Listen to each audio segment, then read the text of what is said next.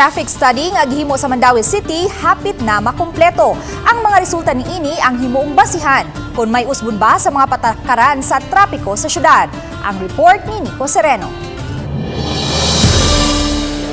Sa hinapos nga bahin ning buwan sa Enero, gilauman sa Traffic Enforcement Agency nga mahuman ang ilang gilusad nga study. Ubos niini, mihimo og traffic count ang kadagkuan sa team sa volume sa mga sakyanan nga mag-agian sa mga dagkong kalsada sa dakbayan. Sa makapila ka higayon, mihimo sila og pag-ihap ug pagtali sa mga sakyanang pribado, pampubliko, lakip na ang gidak-on sa mga sakyanan, truck, motorsiklo ug uban pa. Gilusad kini sa team aron masusi ang sitwasyon sa kadalanan. Tagsa-tagsahon, i-separate, categorize ang motorcycle, four wheels, bus, and so forth. Kung makumpleto na ang study, himuon sa taga-team ang pag-evaluate sa resulta o posible nga pag-implementar o kabag-uhan sa mga palisiya kung gikinahanglan. Gihimong sanglitanan ni humawas, pananglit, ang timer sa mga traffic lights nga posibleng i-adjust kung gikinahanglan.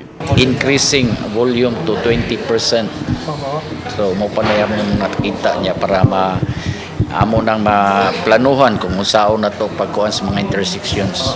So, adjusting sa oras sa traffic lights. Samtang aminado ang team, nagkabugat ang trapiko karong panahona, maong padayong awhag nila ang kooperasyon sa publiko sa tanang traffic rules and regulations. Uban ni Godfrey Relien, Nico Sereno, Balitang Bisdak.